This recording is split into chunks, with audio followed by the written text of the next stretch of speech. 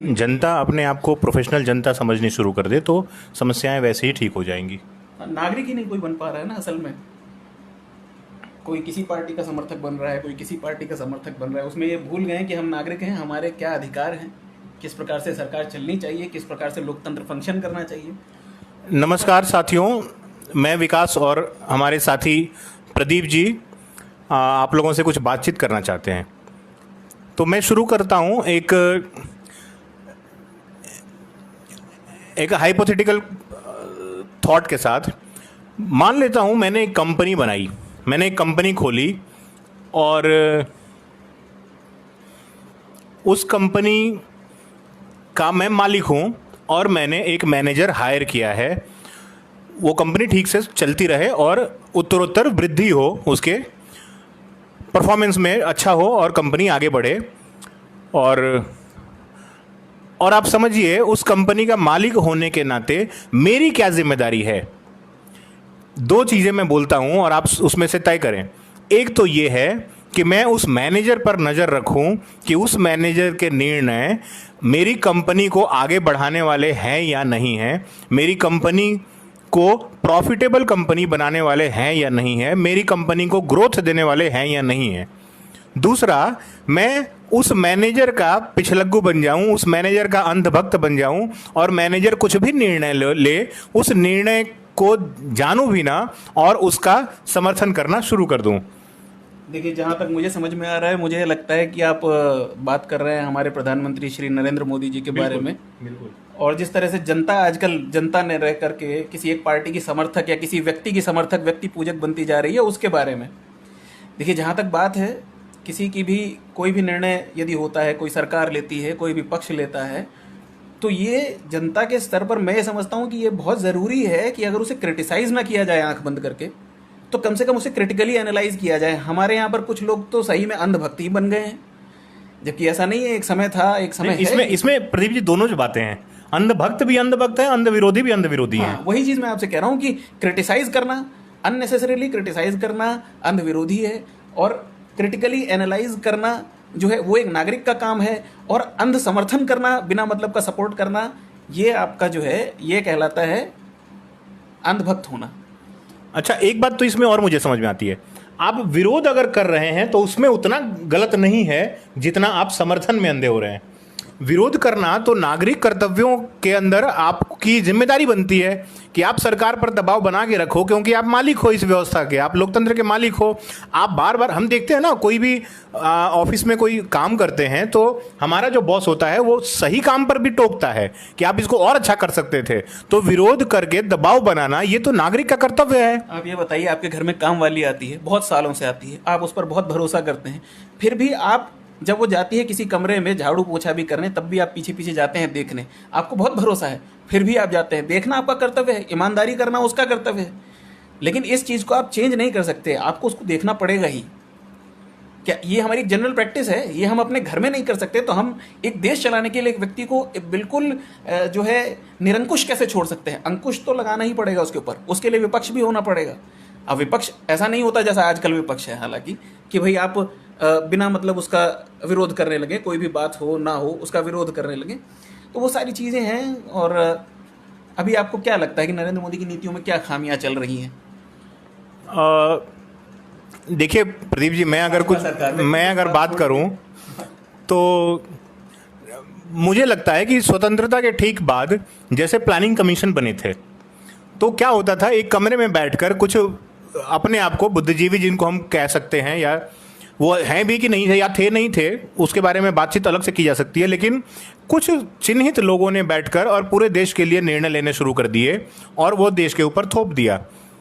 उसकी परिणति सकारात्मक नकारात्मक दोनों रही। कुछ वैसा ही काम अभी होता हुआ दिख रहा है। निर्णय ले लिए जा रहे हैं, लेकिन उसकी परिणति क्या होगी वो लोगों से जो है कि इनपुट नहीं लिए जा रहे, अपने ही सहयोगियों से इनपुट नहीं लिए जा रहे। आपके अपने सहयोगी दल जो है आपका साथ छोड़ दे रहे हैं। नरेंद्र मोदी से ये बिल्कुल भी उम्मीद नहीं थी कि ये नीति आयोग जब इन्होंने बनाया था, आप ध्यान दीजिएगा, नीति आयोग इसीलिए बनाया गया था प्लानिंग कमीशन को, कि प्लानिंग कमीशन बहुत सारी किताबों में पढ़ते भी हैं, बहुत सारे लोगों ने पढ़ा भी होगा। हालांकि मैं जानता हूं कि भारत की जनता में पढ़ने की आदत बहुत कम है, व्हाट्सएप फॉरवर्ड देखने की आदत ज़्यादा है। लेकिन ये बनाया इसलिए गया था कि सारे राज्यों को मिला करके और निचले स्तर से मिला करके सारी चीज़ें जनता से लेकर के इनपुट लेकर के तब नीतियां बनाई जाएंगी, लेकिन हो उसका उल्टा रहा है। अब आप देखिए ये गवर्नमेंट भी कोई भी निर्णय लाती है, कोई सर्वे नहीं कराती है, सीधे इनके डिसीजन कहाँ पर हो रहे हैं, किस लेवल पर हो रहे हैं, किस सर्वे के आधार पर हो रहे हैं, वो पता ही नहीं चल रहा है। जनता अंधेरे में है। जनता को ये लग रहा है, बहुत बड़े वर्ग को ये लग रहा है, अभी बेरोजगारी वाला आपने आंदोलन देखा ही, यदि छात्रों को ये उम्मीद होती कि ये सरकार हमारा कुछ करने वाली है या हमारी कोई बात सुनी जाएगी, तो इस तरह का आंदोलन ना होता। नरेंद्र मोदी की जिस तरह की लोकप्रियता थी, वो लोकप्रियता के चलते इतना बड़ा इस तरह का छात्रों में अविश्वास ना आता। ये अविश्वास आया ही इसलिए है क्योंकि लोगों को ये लगता है कोई भी नीति बनाई जाएगी, हमारे ऊपर थोप दी जाएगी और एक तरीके से एक तानाशाही सरकार चलेगी। कुल मिलाकर सरकार विश्वास देने में फेल होती नजर आ रही है। आप ये देखिए 13 दलों की सरकार चलाने वाले अटल जी जब थे तो विपक्ष को भी उनके ऊपर भरोसा रहता था। यहाँ आपके पक्ष, आपके वोटर्स को ही आपके ऊपर भरोसा नहीं हो पा रहा है। आज तक भी आप देखिए, पिछली सरकारों की जब बात होती है तो अटल जी का विरोध करता हुआ मैं किसी को नहीं देखता हूँ। बिल्कुल, आपके एक तो व्यक्तित्व में वो होना चाहिए। देखिए नरेंद्र मोदी का व्यक्तित्व वैसे बहुत ग्रेट है, उसमें कोई डाउट नहीं है। बिल्कुल। और बहुत सारे ऐसे संस्कृति के मुद्दे और देश की अस्मिता के मुद्दे और सॉल्व होते हुए दिख रहे हैं और बहुत बड़े निर्णय लिए हैं। लेकिन अर्थ के मामले में यदि आप सॉल्यूशन नहीं दे पाओगे तो कहीं ना कहीं धर्म का अर्थ भी मूल होता है, आपका धर्म का मूल भी अर्थ में ही समाहित है। अगर आर्थिक रूप से किसी के घर में रोटी नहीं होगी तो वो धर्म और धर्म के बारे में, देश की संस्कृति के बारे में क्या चिंतन कर पाएगा? भूखे पेट भजन नहीं हो सकता है। अब देखिए, हमने वो कहानी बचपन में पढ़ी थी कि महात्मा बुद्ध से कोई उपदेश लेने आ गया था, तो उसकी हालत देख करके उन्होंने ये बोला था कि पहले इसको ले जाकर के भोजन कराओ, क्योंकि भूखे पेट इसको कौन सा धर्म का मैं उपदेश दूंगा, इसको क्या समझ में आएगा। तो जो प्रेजेंट सरकार है उसकी बात जहाँ तक है, मुझे लगता है कि उसको बेसिक चीज़ें नहीं समझ में आ पा रही हैं। आप चाहे लॉकडाउन का फैसला देख लीजिए, लॉकडाउन करते वक्त ये बिल्कुल नहीं देखा गया कि एक बहुत बड़ी आबादी, उसको भी हम लॉकडाउन के साथ लॉकडाउन कर देंगे, जिसके पास किराया देने के बाद प्रतिदिन चलाने के लिए खर्चा नहीं होता, सुबह कमाता है शाम को खा लेता है। आप उससे कहेंगे कि 2 महीने तुम उस कमरे में बंद रहो, जिस कमरे में बंद है उसका किराया देना पड़ेगा। चलिए किराया छोड़ दिया, उसकी कंपनी बंद हो गई। आपको लगता है कि आप जबरदस्ती किसी से सैलरी दिलवा लेंगे? कितने लोगों ने दिया? कोई सर्वे हुआ? इतने लोग जब आपने, क्योंकि इसमें व्यवसायियों के अपने समस्याएं हैं। बिल्कुल, आपने उनके बिजली के बिल नहीं माफ किए, उनको किसी प्रकार की कोई सुविधा नहीं दी आपका तो। और नरेंद्र मोदी सरकार की सबसे बड़ी जो मुझे खामी लगती है, एक लोन से दबे हुए आदमी को आप दूसरी लोन के रूप में सुविधा देते हैं। होना तो ये चाहिए कि सरकार अपना एक्सपेंडिचर बढ़ाए, सरकार जो है अपने नौकरियां दे, मैं कह रहा हूँ थोड़ा सैलरी में रिडक्शन करके दे, बोले जब स्थिति ठीक होगी हम आपको देंगे, या अन्य कोई उपाय करे, लेकिन उसे अपना एक्सपेंडिचर बढ़ाना ही पड़ेगा। बिना एक्सपेंडिचर बढ़ाए आप लोन पे लोन देते रहेंगे, इस तरह से आप बैंकों के जो है डिफॉल्टर्स की संख्या बढ़ाते रहेंगे, आप एनपीएस बढ़ाते रहेंगे। कुल मिला के ऐसा ट्रैप क्रिएट हो जाएगा जिसमें से आप कभी निकल नहीं पाएंगे, या निकलेंगे तो बहुत देर में निकलेंगे। और जितना हमने इन सालों में प्रोग्रेस की है, हम उसको कहीं ना कहीं लूज करते हुए दिखाई देंगे और जनता का विश्वास दिनों दिन आपके ऊपर से कम होता हुआ दिखाई देगा। देखिए, अर्थ वाली बात आपने जो कही, अर्थ ही अंत में मूल है। बिना अर्थ के जब घर की रोटी नहीं चलती है तो कोई व्यक्ति आपकी किसी चीज़ में कोई भरोसा नहीं करेगा। आप सही करेंगे तब भी भरोसा नहीं करेगा। अभी चाहे इनका एपीएमसी वाला एक्ट आया हो, चाहे इनका 50 साल में रिटायर कर देने वाला एक्ट हो। अच्छा, इस कृषि जो आज एक्ट पास हुआ, उसमें लोग राज्यसभा में बहुत हो हंगामा हुआ, बहुत रिकॉर्ड तोड़े गए आज बदतमीजियों के। उपसभापति महोदय का माइक खींचा गया, फाड़ के फेंक दिया गया, और इस सब इतना बड़ा प्रतिकार। तो इस बिल में और इतने बड़े प्रतिकार में आप क्या देखते हैं? देखिए, एक तो जिस तरह से विरोध किया गया, ये कोई लोकतांत्रिक विरोध नहीं है। इस तरीके का विरोध हमारे यहाँ कहीं भी आपको परमिशन नहीं है करने की। आप इस तरह से एक संवैधानिक पद पर बैठे हुए, खुद भी सब संवैधानिक पद पर बैठे हुए लोग ही हैं, और इस प्रकार से आप संसद में व्यवहार करेंगे तो आम जनता क्या सीखेगी? आप सबके रिप्रेजेंटेटिव हैं। दूसरी चीज़ जो मैंने कही वो यही है कि नरेंद्र मोदी सरकार जो है उसका अप्रोच भी नेहरू जी वाला ही नज़र आ रहा है, जिनका कि वो नाम गाहे बगाहे लेते ही रहते हैं कि भैया जैसे वो प्लानिंग कमीशन में टॉप डाउन अप्रोच करते थे, ऐसे ही इनका टॉप डाउन अप्रोच हो रहा है। Approach should be bottom up. आपको नीचे से सारी चीज़ें लेनी पड़ेगी, सबको भरोसे में लेना पड़ेगा, उनको क्या चाहिए उनसे पूछना पड़ेगा, ना कि जबरन कुछ थोपना पड़ेगा। और यदि आपने जबरन थोपा भी है तो भी आपको उस पर उसका जस्टिफिकेशन देना पड़ेगा ना, लोगों को समझाना पड़ेगा कि भाई वो क्या रहा है, क्यों।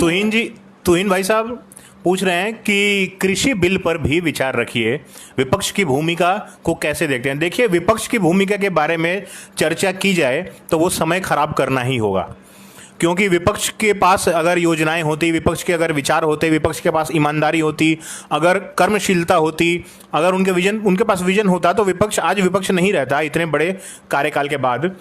और अभी सरकार में कहीं ना कहीं सारी उम्मीदें हमारी सरकार से ही होती हैं, क्योंकि विपक्ष को तो हम क्या समझ सकते हैं, आउट ऑफ कॉन्टेक्स्ट अगर बोले तो वो गलत नहीं होगा। विपक्ष अपनी प्रामाणिकता खो चुका है। और कॉन्ट्रैक्टर हम लोग हैं, सरकार हमारी लेबर है, हमें उसके ऊपर नज़र रखनी है और उससे काम कराना है, ना कि हमें ये हो करके कि भैया अब सरकार ने ये गलत कर दिया तो अब इस पक्ष को हमें ला देना है, फिर उस पक्ष, नहीं तो यही चलता रहेगा हमेशा। हमें जनता होने के नाते जो दबाव बनाना है वो दबाव बनाना पड़ेगा, लेकिन दबाव आप तब बनाएंगे जब आप खुद इन्फॉर्म्ड होंगे। ऐसा नहीं है कि बीजेपी आईटी सेल ने कुछ आपको थमा दिया और जी आप वही चलाए जा रहे हैं कि 370 खत्म हो गई तो अब रोटी की कोई जरूरत नहीं है भैया 2 साल तक। वो भी करना पड़ेगा, ये भी करना पड़ेगा। बिल्कुल बिल्कुल, आर्थिक स्थिति को आपको सुदृढ़ करना ही पड़ेगा। कुछ एक बात ही मुझे याद आ रही है ना, एक गांव में भैंस डूब रही थी। हाँ, वो हमने एक बहुत अच्छा शो आता है, उसका जिक्र भी हम कर सकते हैं यहाँ पर।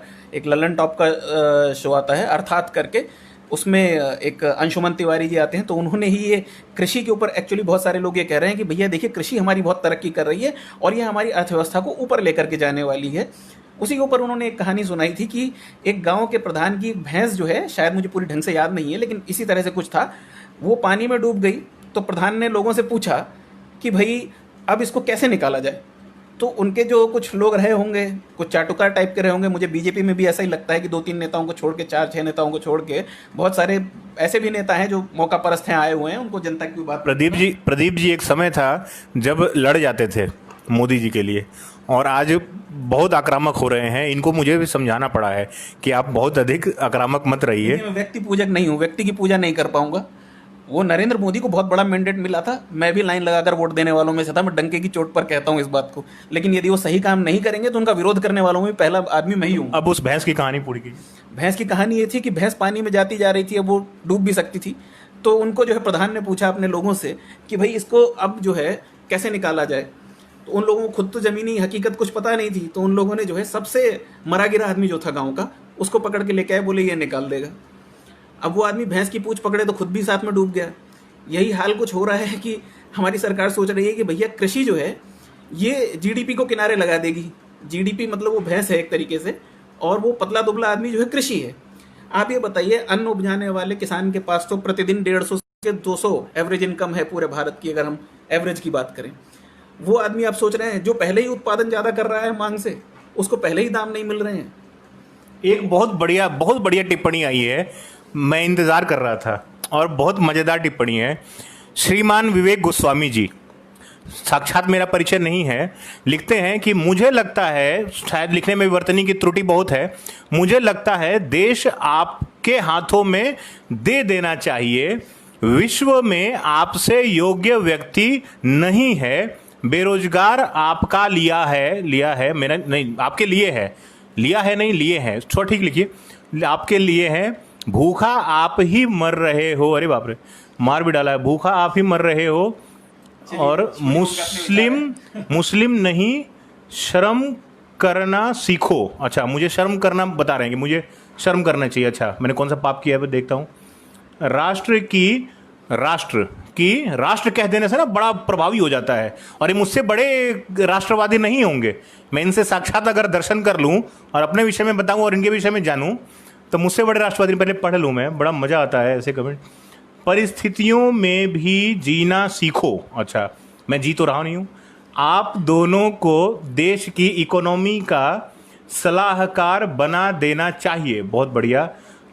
दूढ़ता तो अब थोड़ा ठीक लिखे, दूढ़ता तो विरोध करेगा ही, दूढ़ता पता नहीं क्या लिखा है इन्होंने। हाँ, उनकी व्यक्तिगत राय हो सकती है। तो व्यक्तिगत राय ये हमारे ऊपर, देखिए अब ये हमलावर हो गए भाई साहब, कोई परिचय नहीं है हमारा इनका। मैंने इतना भी बोल दिया कि नरेंद्र मोदी जी की बहुत सारे निर्णय राष्ट्र की अस्मिता को बढ़ाने वाले हो, चाहे वो सेना का मनोबल हो। मेरे बहुत सारे मित्र सेना में अधिकारी हैं, पैरामिलिट्री में हैं, और जब भी उनसे बात होती है तो बड़े खुश होकर सरकार की तारीफ करते हैं। और हम सब वही राष्ट्रवादी हैं जो आप हैं विवेक गोस्वामी जी। तो लेकिन अब आप आंखें बंद नहीं कर सकते ना, जो चीजें चल रही। मैंने यही कहा ना कि आप जनता हो विवेक गोस्वामी जी, आप नेता नहीं हो। आप राजनीतिक व्यवस्था का हिस्सा अपने आप को क्यों मान रहे हो? आपको कोई पूछने वाला है क्या नेता? अगर अस्पतालों में व्यवस्था नहीं है, आप भी किसी दिन अस्पताल गए और वहां आपको सुई नहीं मिली, तो आप नरेंद्र मोदी के गुणगान करके अपना जीवन सुधार सकते हो क्या? व्यवस्थाएं ठीक होने के अगर कोई बोलता है तो आपको मुसलमान याद आते हैं, आपको चाइना याद आता है। एक विषय में दूसरा विषय डालने की आपकी आदत अभी छोड़ दो। आपको डूब मरना चाहिए और क्या होना चाहिए। ये व्यक्ति पूजा करने के हमारे यहाँ लोगों में यही बीमारी लग गई है। आपने उनको वोट दे करके वहाँ बैठा दिया ना, अब आप काम की अपेक्षा नहीं करेंगे उनसे। नरेंद्र मोदी को हमने बैठा दिया, नरेंद्र मोदी बहुत बड़े मैंडेट से आए थे।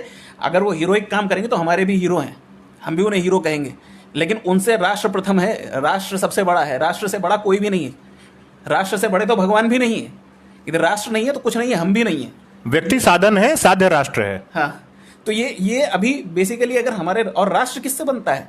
अगर मैं गोस्वामी जी से पूछूं मुझे राष्ट्र की डेफिनेशन बता दें। नहीं, एक प्रदीप जी क्या होता नहीं, है? उन्हें क्या पता होगा? पता होता तो इतनी बड़ी बात नहीं लिख जाते, क्योंकि कितनी गंभीर बातें उन्होंने लिखी है उनको ही नहीं पता, क्योंकि ये भाषा बन चुकी है ना। क्योंकि उनको जानकारी नहीं है, उनके अंदर कंटेंट नहीं है, उनकी पर्सनालिटी में वो ग्रेविटी नहीं है, वो मेंटल हाइट नहीं है, वो खोखले लोग हैं जो हर बात में आक्रामक हो जाते हैं। और देखिए प्रदीप जी, एक बात और है, इसी चीज का हम लोग जिक्र हम करते हैं कि जब भी जनता नहीं बची है, कोई बीजेपी। बिल्कुल बिल्कुल वही बात, हम जब भी कुछ विषय पर चर्चा करना शुरू करते हैं ना, तो दो बातें, या तो ये मोदी समर्थक है या मोदी विरोधी है। मोदी समर्थक, मोदी विरोधी नहीं, हम देश की आर्थिक अर्थव्यवस्था पर अभी जो हमारी समझ है, हम एक्सपर्ट भी नहीं है, हम बहुत एक्सपर्ट नहीं है, लेकिन जो हमें समझ में आ रहा है वो हम बोल रहे हैं। आपको जो समझ में आ रहा है वो बोलो, तो आप मुझे बोलो शर्म से डूब मरो। अब जनता देश की शर्म से डूब मरेगी और आप खेलना कूदना, सारे देश में सारी भूभाग पर आपका कब्जा हो जाएगा, सब शर्म से डूब मरेंगे। नहीं, मुझे नहीं लगता कि हमने ऐसी कोई बात कही है। हमने तो नरेंद्र मोदी की तारीफ भी की है, हर सरकार की तारीफ की है। आज़ादी के बाद से जितनी सरकारें आई हैं उन्होंने कोई ना कोई काम किया है और उनसे कोई ना कोई गड़बड़ भी हुई है। ऐसा नहीं है, कोई व्यक्ति भी ऐसा परफेक्ट नहीं होता, ना ही कोई गवर्नमेंट ऐसी परफेक्ट होती है। नरेंद्र मोदी भी जब आए थे तो उन्होंने कांग्रेस का जो विरोध किया था इसी बात पे किया था कि ऊपर बैठे हुए, दिल्ली में बैठे हुए लोग, लुटियंस में बैठे हुए लोग ये चीज़ें बना देते हैं और हमारे यहाँ लोगों को ये चीज़ें जो है ढोनी पड़ती हैं। अभिमन्यु 21वीं सदी का किसान स्वार्थी है। अभिमन्यु, ये सब बातें नहीं बोलनी चाहिए। आप समझिए किसान क्या होता है और किसान कौन होता है। आप एक व्यष्टि को और एक समष्टि को में अंतर नहीं कर पा रहे हैं। आप किसान को स्वार्थी बोल रहे हैं, और वो किसान अगर स्वार्थ छोड़कर, और मैं क्या बोलूं, अब आप लोगों को बचना चाहिए थोड़ा इस बात पर। कोई व्यक्ति, किसानों में भी एक कोई व्यक्ति हो सकता है, कोई एक संगठन हो सकता है, कोई एक ग्रुप हो सकता है। अगर आपको लगता है तो उस ग्रुप के बारे में बात करो। आप किसान को स्वार्थी क्यों बता सकते हो, कैसे बता सकते हो? और हमारी वो लेवल नहीं है कि हम बोल पाएं किसानों को, किसान स्वार्थी है, मजदूर स्वार्थी है। और इस सदी का तो सबसे बुरा दृश्य वही था जब पूरे देश से बिहार की तरफ कूच कर रहे थे बेचारे। NH-24 पे हम रहते हैं, हमने यहाँ देखा है कई सप्ताह पैदल कहाँ जाना है तो सहरसा जाना है, रास्ता पता है, पूछते पाछते चले जाएंगे। अब 1500 किलोमीटर वो पैदल जाने वाला मजदूर, उनकी पीड़ा हमें नहीं समझ में आती। लेकिन नरेंद्र मोदी की और सरकार की किसी नीति के ऊपर कोई अगर प्रश्न खड़ा कर देता है तो उसे शर्म से जरूर डूब जाना चाहिए। ये आप ये देखिए कि सरकार की पुलिस यहाँ लाठी मारने के लिए तो थी उस समय, लेकिन कोई खाना खिलाने वाला नहीं था। जब इन्होंने लॉकडाउन किया, शायद उस बात का हम जिक्र कर रहे हैं, मजदूरों की वो हालत थी। 2 महीना आपने लॉकडाउन कर दिया, कोई प्लानिंग नहीं है, कोई बैकअप नहीं है, आप इनको कैसे भेजेंगे, कैसे ये भोजन करेंगे, कैसे ये किराया देंगे। लोगों ने उन्हें घर से निकाल दिया, लोग 50 रुपये लेकर के हजार किलोमीटर पैदल गए, कितने लोगों की मृत्यु हो गई। सरकार जब भी कहती है कि हमारे पास डेटा नहीं है, इससे ज़्यादा शर्मिंदगी की कोई बात हो सकती है? आप भारत में सर्वशक्तिमान आप सरकार हैं, यूनियन गवर्नमेंट हैं, इंडियन कॉन्स्टिट्यूशन ने आपको इतनी शक्ति दी है, आप राज्यों की सरकार बर्खास्त कर सकते हैं। आप चाहें तो एक चींटी आपकी इन्फॉर्मेशन के बिना नहीं चल सकती है। आप ये कहते हैं कि हमारे देश के नागरिक मर गए और हमारे पास में उनका डेटा नहीं है। इससे SN चतुर्वेदी सर हमारे मेंटर हैं सर, हमारे बहुत रिस्पेक्टेबल गार्जियन हैं, और कह रहे हैं कि जिस पर बहस नहीं हुई और बिल एक्ट पास कर दिया गया, इससे बड़ी बात क्या है? बिल्कुल ठीक बात है। ये टॉप डाउन अप्रोच, अपने कमरे में एक डिसीजन ले लिया और जनता के ऊपर डिसीजन थोप दिया। लोकतांत्रिक व्यवस्थाओं के अनुसार चलना ही चाहिए। आपको विपक्ष को भी लेकर के चलना पड़ेगा। आप विपक्ष को गलत बता सकते हैं, लेकिन ऐसा नहीं कि विपक्ष में सब मूर्ख बैठे हैं। यदि आप चाहें प्रधानमंत्री, तो क्या मनमोहन सिंह की सलाह नहीं ले सकते थे या किसी की सलाह नहीं ले सकते थे? आप चाहे किसी के विरोधी हो सकते हैं, पर ये लोग। जय श्री राम दीपक भाई, विक्की भाई जय श्री राम, शिल्पी जी नमस्ते, ओम जी कैसे हैं? ओम जी मज़ा आ रहा है आजकल, तो नया मोबाइल ले लिया। अभिमन्यु, इस देश के किसान की मांग मुझे समझ नहीं आ रही। अभिमन्यु, तुम मेरे से अलग से बात करना, बेवकूफ़ों की चर्चा ना करें। अब सर बेवकूफ़ नहीं बोल सकते, ठीक है, वो भी जानकारी है, तभी तो शर्म से डूब मरने को बोल रहे हैं। सुरेंद्र तिवारी प्रणाम चा। तो कुल मिलाकर सारी बात यह है कि व्यक्ति पूजा से हमें बचना चाहिए, और जो भी स्वयंसेवक हैं कम से कम उनको तो ये जानकारी रहनी चाहिए। नीतियों के ऊपर विरोध किसी का भी किया जा सकता है, हमें किसी का पिछलग्गू थोड़ी ना बनना चाहिए। अच्छी बातों का की प्रशंसा और बुरी बात जो हमें लगती है उसका विरोध करना चाहिए। इसमें इसमें आप अब कई बार लोग सोचते हैं कि लीक से हट के इसने प्लेटफॉर्म चेंज कर दिया, अच्छा कुछ तो है, इसके दिमाग में कुछ और चल रहा है। तो इतनी ज़्यादा बुद्धि ना लगाकर हम योजनाओं को समझें, उसके ऊपर उसका रिपरकशंस क्या क्या हो सकते हैं, पॉजिटिव नेगेटिव सब कुछ वो समझना चाहिए। नहीं देखिए, मैं तो ये सोचता हूँ कि ऐसे लोग जो इस तरह की टिप्पणी करते हैं उन्होंने शायद हमारा कॉन्स्टिट्यूशन भी ठीक से नहीं पढ़ा, या वो कॉन्स्टिट्यूशन में मानते हैं कि नहीं मानते। यदि कॉन्स्टिट्यूशन में नहीं मानते तो फिर सरकार में भी नहीं मानते हैं। यदि कॉन्स्टिट्यूशन में मानते हैं तो हमारी फंडामेंटल ड्यूटीज़ में भी ये लिखा हुआ है कि आपको इन्फॉर्म्ड सिटीजन रहना पड़ेगा, हर चीज़ में साइंटिफिक अप्रोच डेवलप करना पड़ेगा। तो अगर आप इन्फॉर्म्ड सिटीजन ही नहीं बन पा रहे तो आप सिटीजन ही नहीं है, फिर आप वोट देने लायक भी नहीं है। हालांकि हमारे कॉन्स्टिट्यूशन ने हमें राइट दिया हुआ है, पर आप कॉन्स्टिट्यूशन को भी नहीं मान रहे हैं भाई। अगर आप यही कह रहे हैं कि मुझे एक आदमी का पिछलग्गू बनना है क्योंकि मैंने वोट दिया था, अरे आपने उसको एक नौकरी दी है, आपके नौकर हैं ये लोग, आपने उनको नौकरी दी है, जैसी आपकी इच्छाएं अपेक्षाएं वैसे उनको काम करना पड़ेगा। यदि नहीं कर पाएंगे तो आपको कन्विंस करना पड़ेगा कि हमारे सामने ये समस्याएं हैं। देश की जनता इतनी बेवकूफ़ नहीं है, मैं समझता हूँ। यदि अपनी आपको कम्युनिकेट तो करना पड़ेगा, घर में एक पिता को भी कम्युनिकेट करना पड़ता है। बच्चे को ठीक से नहीं पढ़ा पा रहा होता, बच्चा उसे नाराज़ होता है कि सारे बच्चे IIT की तैयारी कर रहे हैं, पिताजी आप मुझे नहीं भेज रहे हैं कोटा। तो पिताजी को अच्छा ये होता है कि पिताजी कहे कि बेटा मैं दिन रात इतनी मेहनत करता हूँ, मेरे पास इतना ही धन है, तुम घर में बैठ के तैयारी करो। वो उनकी इच्छा समझते हुए घर में बैठ करके तैयारी कर लेगा। लेकिन आप वन साइडेड सारे डिसीजन सुना देंगे कि मैं तुम्हें नहीं भेजूंगा। क्यों नहीं भेजेंगे? बस मेरी इच्छा नहीं भेजूंगा। तो क्या वो बच्चा अपने पिता की उस तरह से इज्जत करेगा? कारण तो जानना चाहेगा, उसका अधिकार भी है। वही चीज़ सरकार के साथ में है।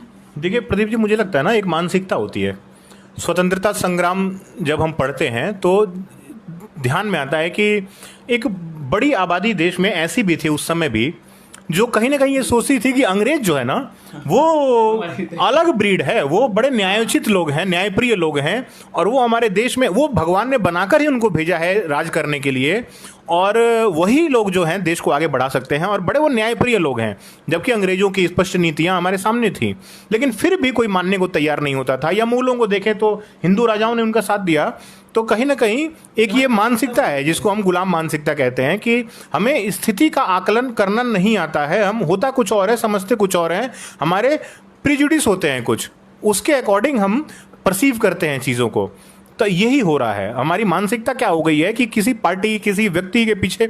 अच्छा, अब एक नागरिक के तौर पर या जनता के तौर पर हमने उस व्यक्ति को या उस पार्टी को चुनाव वोट देकर उसको बना दिया ना सरकार, अपना कर्तव्य तो अब हमारा काम पूरा हो गया। अब आप काम करो, आप पे हम नजर रखेंगे, उसमें जो खराब लगेगा उसको बोलेंगे, और बोलने के पीछे जो लाठी लेके पड़ जाते हैं कि आपको शर्म से डूब मरना चाहिए, ये बड़े हास्यास्पद लोग हैं। और हास्यास्पद ही नहीं, अब बड़ी गंभीरता ये बढ़ती जा रही है क्योंकि ऐसे लोग बहुत अधिक हो रहे हैं। मैं तो हैरान हूं कि भाई आप भारत के सिटीजन हैं, भारत जैसे ग्रेट देश के सिटीजन हैं, दुनिया की सबसे बड़े लोकतंत्र के सिटीजन हैं, आपको लोकतंत्र का मतलब नहीं पता है। आपको ये नहीं पता है कि अगर आप क्रिटिकली एनालाइज नहीं करेंगे, किसी भी चीज़ को छोड़ देंगे, आपकी अपनी कंपनी है, आप जिसको रिक्रूट करते हैं आप उसके ऊपर भी नजर रखते हैं। मैंने इस देश के प्रधानमंत्री को रिक्रूट किया हुआ है, मैंने इस देश के जो अपने राज्य के चीफ मिनिस्टर को रिक्रूट किया हुआ है। जो चीज़ें पिछली सरकारें नहीं दे पाई थी वो चीज़ें मैं इनसे चाहता हूँ। अगर ये उससे भी नीचे गिर जाएंगे तो फिर मेरी अपेक्षा क्या रहेगी? मैं तो इनसे हताश होऊंगा। उसके बाद भी अगर आपका कम्युनिकेशन नहीं है, वन साइडेड कम्युनिकेशन है, आप वही किचन कैबिनेट वाला इंदिरा गांधी वाला तरीका अपना रहे हैं, तो फिर उससे तो मैं हताश ही होऊंगा। मैं तो बहुत लोकतांत्रिक वे में चाहता था कि आप काम करें। जब आप आए थे तो हमें ये लगा था कि आप हर जगह को बताते हैं कि भाई जहाँ भी मैं जाता हूँ, जिस भी जिले में जाते हैं तो कहते हैं मैंने यहाँ 2-4 साल गुजारे हैं, मेरा तो यहाँ से बहुत तगड़ा नाता है। तो यदि हम तो इसी ग्राउंड लेवल का नेता हम लोग चुन करके लाए थे। अच्छा प्रदीप जी, आपके पास अब देश की जो वर्तमान आर्थिक परिस्थितियां हैं, क्या सरकार को करना चाहिए? कुछ सुपरफिशियली जो भी आप समझ पा रहे हैं वो जरा बताइए। देखिए, मैं कोई इतना इकोनॉमी का एक्सपर्ट तो नहीं हूँ, लेकिन फिर भी यदि मैं अपने देश के नागरिकों को इतना जानता हूं जो प्रधानमंत्री के एक बार कह देने पर दिए जलाने लगते हैं, थाली बजाने लगते हैं। और हमारे इस सरकार को जितना जनता ने सहयोग किया, गारंटी के साथ कभी किसी ने इतना नहीं किया था। ऐसी सरकारें, मतलब बहुत रेयर ऐसे लोगों को ये पद प्राप्त है जो नरेंद्र मोदी को प्राप्त हुआ। तो यदि कोई समस्या है, यदि कोई चीज़ है तो उनको आगे आकर के कहना चाहिए, ना कि उस चीज़ को डाइवर्ट करना चाहिए। प्रेजेंट में मैं तो मीडिया की भी भूमिका देखता हूँ, बड़ा परेशान हो गया। मैं तो न्यूज़ चैनल अब देखता ही नहीं हूँ, उसकी बजाय मैं कोई मूवी देख लेता हूँ। 4-5 महीने से 2-4 खबरें, इतनी बड़ी बड़ी चीज़ें हो गई हैं देश में, उसकी ओर ध्यान ना दे करके न जाने किन चीज़ों के ऊपर चलाते रहते हैं। मैं ये चाहता हूँ कि सरकार जो है अपना एक्सपेंडिचर बढ़ाए, गवर्नमेंट जॉब्स में जितनी पोस्ट बची है उसको भरे। यदि उसको भर नहीं सकती तो कानून बना के उनको ख़त्म कर दे। बोले हम दे ही नहीं सकते, हमारे पास इतना एक्सपेंडिचर करने के लिए नहीं है, देश की जनता समझेगी। कई बार ऐसा हुआ है इस देश में, शास्त्री जी ने लोगों से जो है भोजन तक कम करने के लिए कह दिया था और लोगों ने अपना भोजन कम किया था। ये वैसा देश है।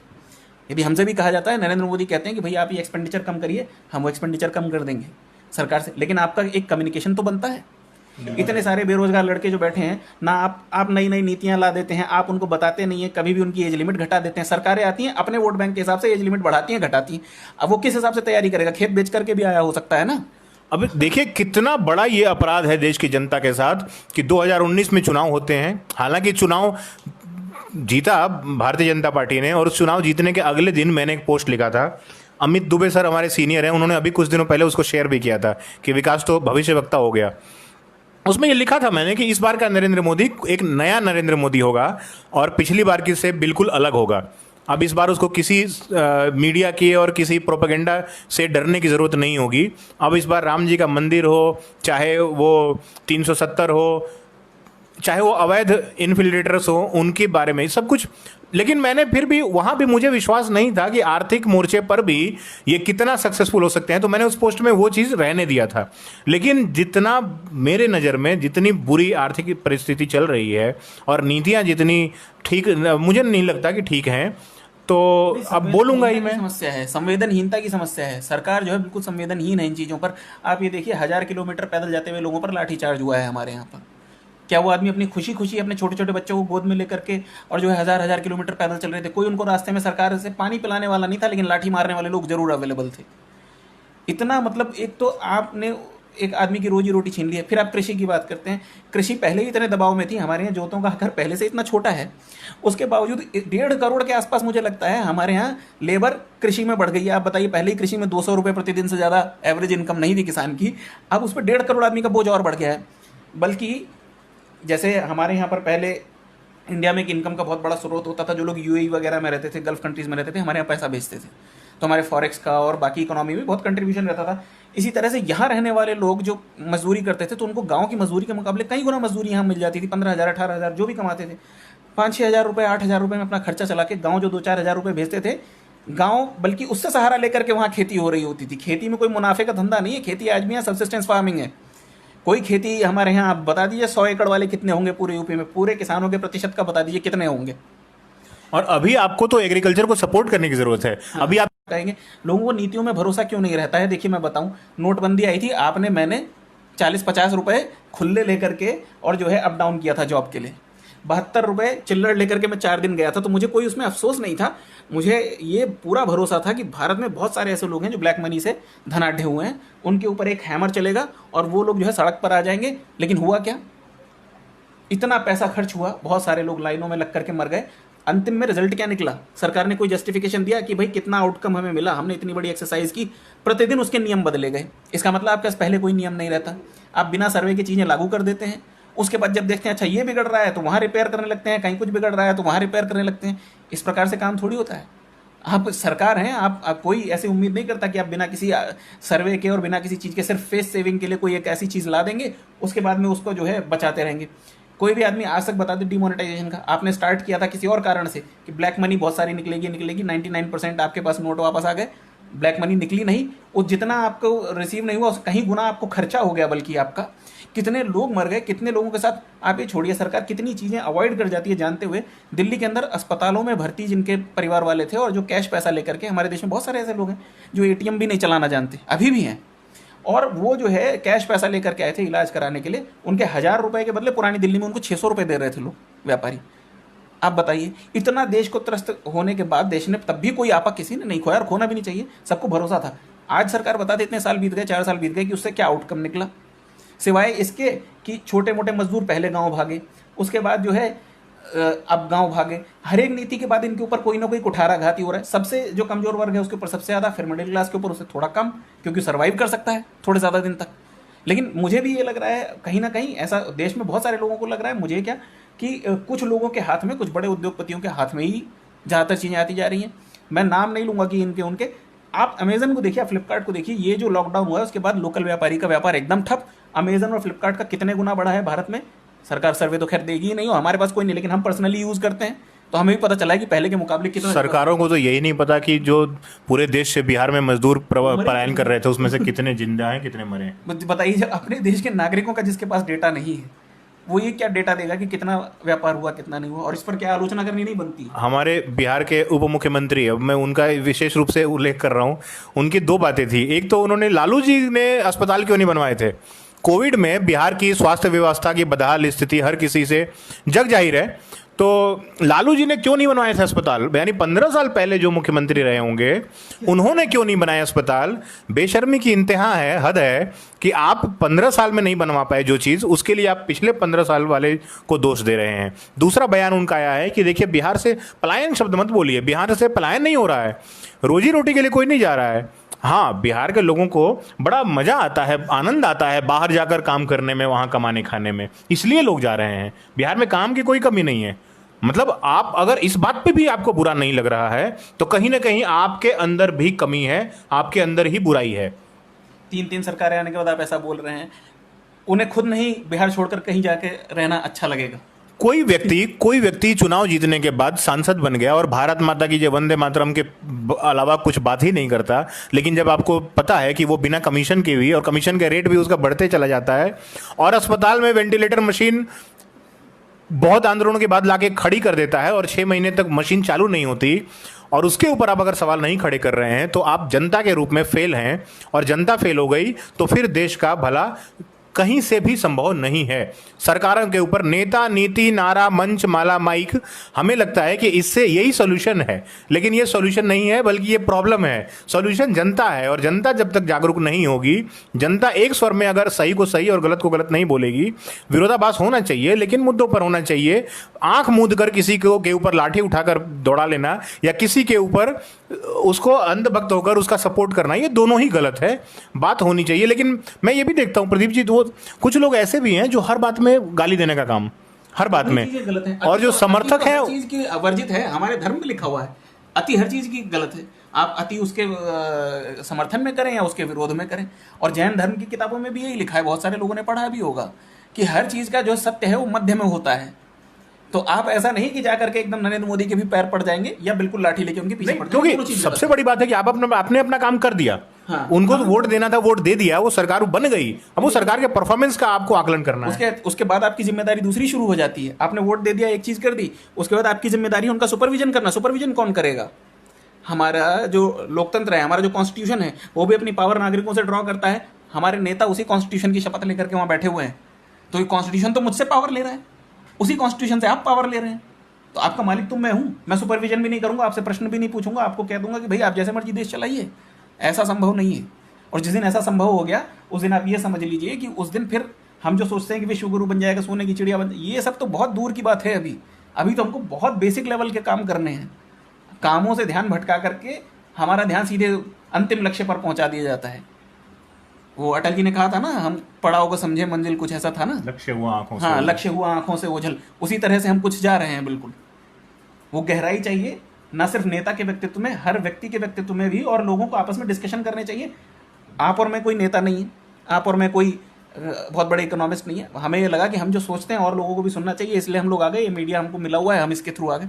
अब देखिए लोगों को इसमें भी दिक्कत हो रही है कि आप दोनों क्यों आ गए, चाहे खुद दिन भर फेसबुक पे लगे रहते होंगे। अरे शर्म से डूब मरो। तो कमीशन खाएं आपके नेता, सांसद जी और मंत्री जी, और शर्म से डूब हम मरे जो पढ़ा के मेहनत से 10-20 हजार रुपए कमा के अपनी 2 जून की रोटी कमा लेते हैं, खा लेते हैं, वो शर्म से डूब मरे। और आप और आपके नेता शर्म से बाँचे खिला के हेलीकॉप्टर में घूमे। नहीं, वो तो एक बार बोल देंगे भारत माता की जय, तो उसके बाद में हम लोग देशद्रोही हो जाएंगे। चाहे हमने कुछ भी किया हो, हमने अपने स्तर पर हर एक मजदूर के लिए, हर एक देश की संकट की घड़ी में जितना संभव था उतना काम किया है। देखिए प्रदीप जी, देश के सामने समस्याएं, बहुत विकराल समस्याएं हैं और थीं, और इसलिए देश ने बहुत अधिक उम्मीद के साथ, बहुत अधिक आशा के साथ, और ऐसा एक व्यक्ति तो लग रहा था कि वो एक इच्छा शक्ति है, उनके अंदर कुछ काम करने की दक्षता भी है, और करके उन्होंने दिखाया भी था। वो दिखाया था, कितना सफल रहे थे, लेकिन एक मैनेजमेंट जरूर था कि ऐसा लग रहा था, और देश की जनता बहुत आकर्षित हुई और 2 बार पूर्ण बहुमत के साथ इतनी बढ़िया सशक्त सरकार बना दी। और उसके ऊपर हम प्रशंसक तो हैं ही, और बहुत सारी सामरिक नीतियों पर, रक्षा के नीतियों पर मैं बता रहा हूँ ना, सेना के और मनोबल इतना ऊंचा है इस समय। और आज चीन को जिस तरह से हेकड़ी दिखा रहे हैं हम, उल्टा जिस तरह से चीन बुली करता था, आज हम उल्टा उसको आंखें दिखा रहे हैं। तो ये बहुत बढ़िया बात है, बहुत बड़ी बात है। शायद ये पहली बार हो रही है, लेकिन अगर आप रोटी नहीं पहुंचा पा रहे हैं गरीब की थाली तक, तो सवाल खड़ा करने वाला सवाल खड़ा करता है तो आपको उसको सम्मान करना पड़ेगा और सरकार तक ये बात पहुंचनी चाहिए। लेकिन हम जो तलवार लेके उनके अगेंस्ट आगे खड़े हो जा रहे हैं ना, ये कहीं ना कहीं हमारा अनप्रोफेशनल, अनएथिकल अप्रोच है। इसको हमें आत्मचिंतन जरूर करना चाहिए और इस पर पुनर्विचार करना चाहिए कि हम सवाल करने वालों से, हाँ हालांकि एक बात और है, सवाल करने वालों की भी नीयत कई बार खाली उसका विरोध करना है हर बात में। कई बार अब देखिए सरकार के, अब चीन को इस समय हमारा देश कहीं ना कहीं अपर हैंड पर, फ्रंट फुट पर है, तो अब उस पर लेकर सेना के ऊपर भी लोग बात कर देते हैं। मतलब मोदी का विरोध करना है, सरकार का विरोध करना है, तो सेना को भी नहीं छोड़ रहे हैं। लेकिन इस हद तक पागलपन के स्तर पर जाकर विरोधी भी नहीं बनना चाहिए। आप योजनाओं को और नीतियों को देखो, उस नीतियों के क्या क्या विरोध या समर्थन करिए ना, नीतिगत विरोध या समर्थन करिए। हाँ, अंधे होकर के किसी व्यक्ति का ना समर्थन करिए ना विरोध करिए, मेरा ये कहना है। मेरा भी यही कहना है। प्रदीप जी और मेरी सोच तो मिल रही है और बहुत अधिक लंबा नहीं करना चाहिए। अब हम भी रखते हैं, भोजन पानी का समय हो गया। अभिमन्यु, मोदी कोई भगवान नहीं है, सरकार की आलोचना। मोदी भगवान नहीं है, लेकिन मोदी छत्रपति शिवाजी महाराज भी हैं, मोदी गुरु टैगोर भी हैं, मोदी जी और पता नहीं क्या क्या है और क्या क्या बने थे। मोदी जी से तो हमारा स्वामी विवेकानंद भी हैं। शिकायत है और ना ही हम उनकी कोई प्रशंसा कर रहे हैं। हमारी तो अपनी सरकार से, जिसको हमने चुना है, हमारी कुछ अपेक्षाएं हैं और यदि वो नहीं भी हो सकती तो हम उसके साथ में खड़े हैं, लेकिन हमारे तक कम्युनिकेशन होना चाहिए हमसे। उसका ये नहीं है कि हाँ सरकार आए और हमें एक मन की बात सुना के चली जाए, हमारे मन की बात भी कभी कभी सुन ले। इतना ही कहना है, हम ही चुन के लाए हैं, हम ही ने सरकार बनवाई है। जैसा इस तरह कमेंट करने वालों ने बनाई, शायद उससे पहले हम लोग लाइन में खड़े रहे होंगे। मयंक भाई नमस्कार। विकास कुमार सिंह, टीवी म्यूट करने पर मजबूर कर दिया। मयंक भाई, आप मतलब ये बोल रहे हैं कि हमारी चर्चा बड़ी सार्थक लग रही है क्या? टीवी म्यूट करना पड़ा आपको? और ये तो प्राइम टाइम अभी शुरू होने वाला होगा। प्राइम टाइम की भी लड़ाई अलग ही है। किसको सुनना है? मैं कह रहा हूँ सब अपना प्रोपेगेंडा सरका देते हैं नीचे से। जैसे रवीश कुमार की बात करें, बहुत अच्छी रिपोर्ट उनकी रहती है, लेकिन वो धीरे से बीजेपी विरोधी एक एजेंडा अपना सरका देते हैं। वो भी चीज़ ठीक नहीं है। इसीलिए मैं कहता हूँ कि सबको इन्फॉर्म्ड सिटीजन बनना चाहिए, किसी के आप लपेटे में ना आए। पढ़ें, जनता को इतना अच्छा मंच मिला हुआ है, सब आपस में डिस्कशन करें। मैं तो चाहता हूँ कि जनता का कोई ऐसा ग्रुप बने कि हाँ, हम भारत के लोग जिन्होंने ये संविधान बनवाया है, आज हम बैठे हैं, हम सरकार से कहते हैं कि ऐसा क्यों नहीं हो रहा है। रवीश कुमार का प्रोग्राम है ना, पूछता है भारत। नहीं, वो तो अर्णब गोस्वामी का है, वो जाने क्या ही पूछता है, खैर उस पर नहीं जाते हैं। तो प्रोपेगेंडा वालों की बात नहीं करेंगे। लेकिन हमें इन्फॉर्म्ड नागरिक बनना चाहिए, सबको बनना चाहिए, ना कि एक दूसरे पे तू तड़ाक करनी चाहिए, भाई तुम ये बन जाओ, तुम फलाने बन जाओ। नहीं बन सकते थे तभी यहाँ बैठे हैं। अगर हमारे अंदर वो गुण होता नरेंद्र मोदी जैसा, तो हम वहाँ बैठते। उनका बहुत व्यक्तित्व तो विकराल है, हम उसका मुकाबला नहीं कर सकते, इसीलिए हम उनसे आशा करते हैं कि आप करिए, नहीं तो हम ही कर देते जा करके। ये कोई वो नहीं कि हम उनका विरोध करने के लिए बैठे हैं, हमें चाहते हैं कि उनको बैठाया है, आप इस देश को संभाल रहे हैं, तो हमें कोई शिकायत है तो आप बताइए कि ऐसे नहीं हो सकता। हम आपके साथ खड़े हैं, हमने आपके साथ थाली बजाई, दिया जलाया, जो आपने कहा है शब्दशः उसका पालन किया है, दूसरों से भी करवाया है। मयंक भाई कह रहे हैं बिल्कुल जनाब, आईपीएल फीका हो गया आपकी चर्चा के आगे। आईपीएल में अलग से म्यूजिक लगा दिया है जनता के शोर का। जनता तो है नहीं, लेकिन पीछे से म्यूजिक बजने लग रही है हर शॉट के बाद। मुझे समझ नहीं आता कि इस सिचुएशन में कैसे, मतलब हम तो बिल्कुल नहीं सो सकते आईपीएल देखने के लिए, क्योंकि हमने वो दिन देखा है जब NH24 पर हजारों आदमी जा रहे थे।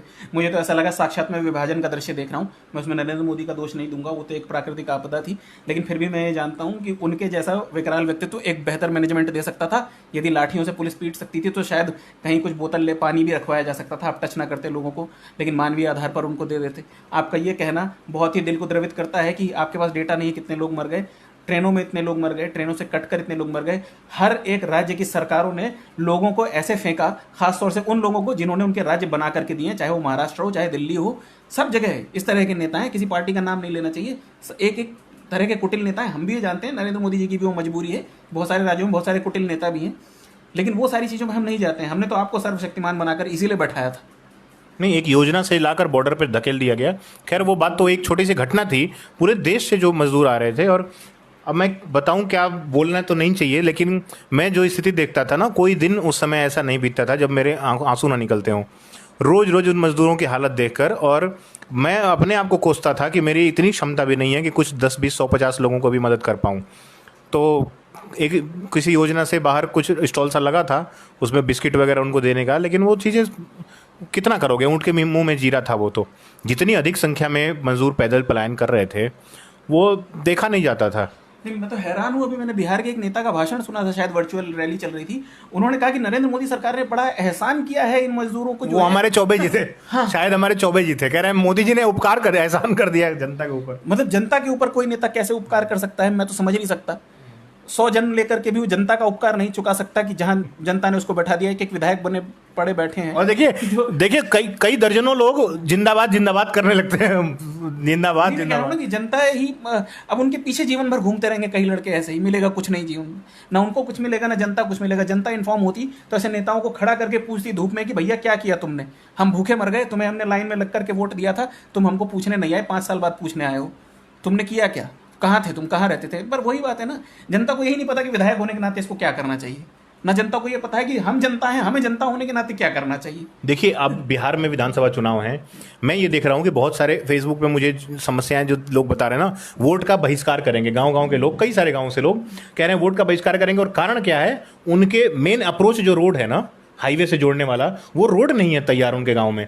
आप समझिए स्वतंत्रता को 47 से भी पता नहीं कितने 73 74 साल बीत गए, लेकिन उनके गांव को वो सड़क नहीं मिल पाई है अभी तक कि वो मुख्यालय तक ठीक से पहुंच पाए। रात को कोई बीमार होता है तो एम्बुलेंस जा पाए उनके गांव में और बीमार को लेकर अस्पताल लेकर आए, उसके लिए वो रास्ता नहीं है। और उस रास्ते के लिए लोग लड़ रहे हैं, जबकि हमारे बाद स्वतंत्र हुए बहुत सारे देश आज जिस उन्नति के शिखर पर पड़े हैं। हालांकि ठीक है, वो अभी सरकार के, आप मत समझना कि सरकार के बारे में दोषारोपण हो रहा है, सबका है, जो एक जनरल सी बात है। हम जनता के सामने क्या समस्या है वो समझ रहे हैं।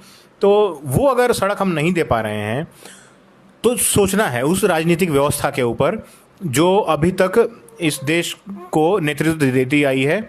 और हमें अपने आप को भी समझना पड़ेगा कि हम जिंदाबाद जिंदाबाद किसका करना चाहिए। जिंदाबाद करना चाहिए भारत माता का, जिंदाबाद करना चाहिए देश की जनता का, जिंदाबाद करना चाहिए उस व्यक्ति का जो कुछ अच्छा करे। लेकिन अगर कुछ बुरा होता हुआ भी दिख रहा है तो हमें उसके ऊपर प्रश्न खड़ा करना चाहिए। ये हमारा नागरिक कर्तव्य है।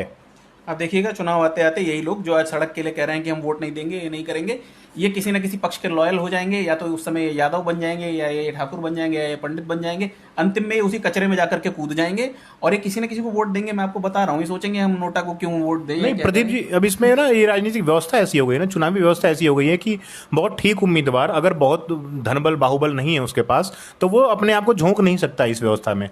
क्योंकि अब नया उम्मीदवार, बढ़िया उम्मीदवार अगर कोई आए भी तो आगे वो करेगा क्या, उसको कोई हंसी उड़ाएंगे लोग कि अच्छा ये क्या परिवर्तन करेंगे, ये जीत ही नहीं पाएंगे।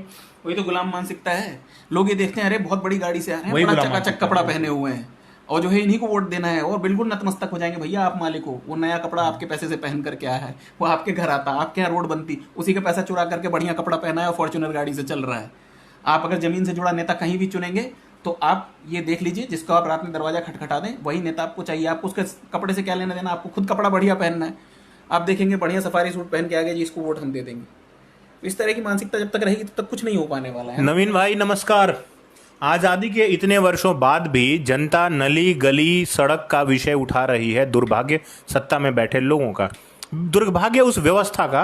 सत्ता में बैठे लोग भी तो बहुत है ना, क्योंकि 70 सालों में बहुत लोगों ने मलाई खाई। और जितने भी जीत के आते हैं, आप देखिए जितने भी विधायक सांसद जो भी जनप्रतिनिधि हैं, आप ग्राम प्रधानों को भी देखिए ना, वो लाल कमा के लाल हो जा रहे हैं, लाल। सरकारी तंत्र, योगेश जी भाई साहब, सरकारी तंत्र पूरी तरह फेल रहा है। इस पर कुछ कहें भाई साहब। सरकारी तंत्र किसी अधिकारी को मैं काम करते नहीं देखा। अब वही तो बातें चल रही है इतनी देर से। आप ये देखिए योगी जी का शासन, हम लोग ये मानते हैं कि भाई उनका शासन बड़ा स्ट्रिक्ट रहा है। नहीं, एक बार और योगी जी के शासन के बारे में रखिए पॉइंट। एक बात मेरे मन में आ गई है कि सरकारी तंत्र फेल रहा है, तो सरकारी तंत्र बनता कैसे है? वो हमारे से ही बनता है, हमारे और आपके वोट देने से बनता है।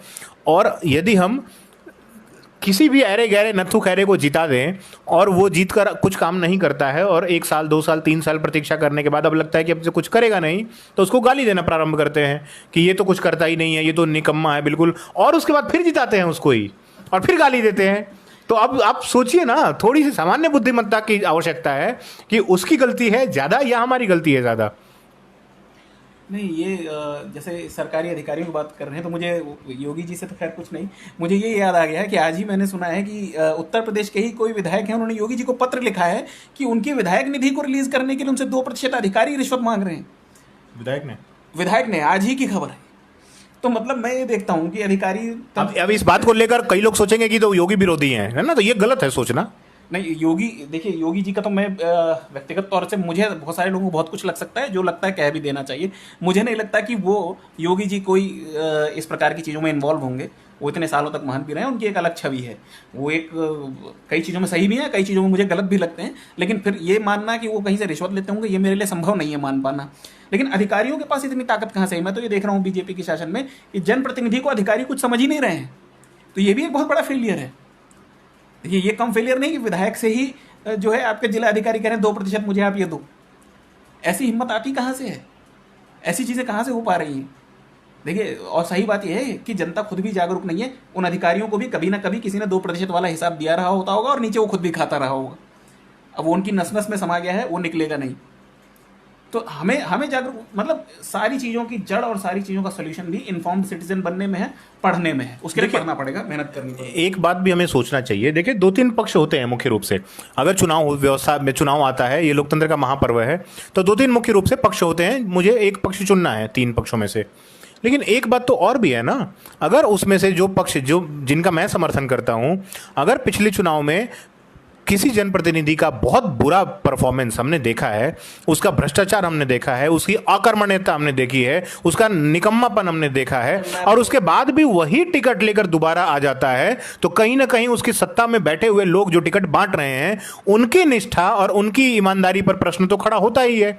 और उसके बाद भी जनता उनको, अब यही है ना, पार्टी की गुलामी अगर करके जनता उनको ही वोट दे देती है, तो कहीं ना कहीं उस जनता पर ही प्रश्न खड़ा हो रहा है। देखिए, मैं तो कहूँगा ये आलस्य और निकम्मेपन की एक एग्जाम्पल है। जनता नंबर कैसे देगी जब उस सब्जेक्ट की उसके नॉलेज ही नहीं है, उसको कॉपी आएगी तो नंबर कैसे देगी? जनता खुद पढ़ती ही नहीं कि जनता होने के नाते हमारा क्या फर्ज है, हमारा क्या कर्तव्य है। आपको कॉपी में दे दूं फिजिक्स की चेक करने के लिए, आप शायद कर लेंगे। आपको मैं दे दूं इतिहास की, शायद थोड़ी बहुत कर लेंगे। किसी अन्य विषय की दे दूं बायोलॉजी की, आप नहीं कर पाएंगे। वही हमारी जनता का हाल है। उनको यही नहीं पता है कि इसको क्या करना चाहिए था इस जनप्रतिनिधि को, और इसने हमें क्या करके दिया है। उसी कॉपी कैसे चेक करेंगे? खुद तो इन्फॉर्म्ड है नहीं, व्हाट्सएप यूनिवर्सिटी और फेसबुक यूनिवर्सिटी से पढ़ते हैं। हम भी जो बोल रहे हैं इस पर भी आप बिल्कुल कोई भी किसी को भी यकीन नहीं करना चाहिए। हम भी ऐसे ही आ गए।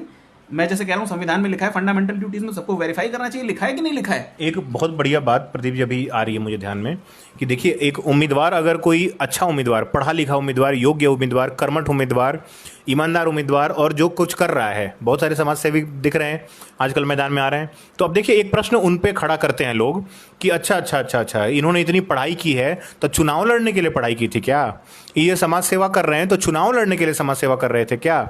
यानी मैं मानता हूं कि वो अच्छा है, लेकिन वो चुनाव लड़ने के लिए अच्छा है क्या? यानी मैं ये मान रहा हूं कि जो अच्छा है उसको नहीं, जो शराबी है, जो हिस्ट्री शीटर है, जो अपराधी है, जो भ्रष्ट है, वो चुनाव लड़ने के लिए बना है, हम ये मानने लगे हैं।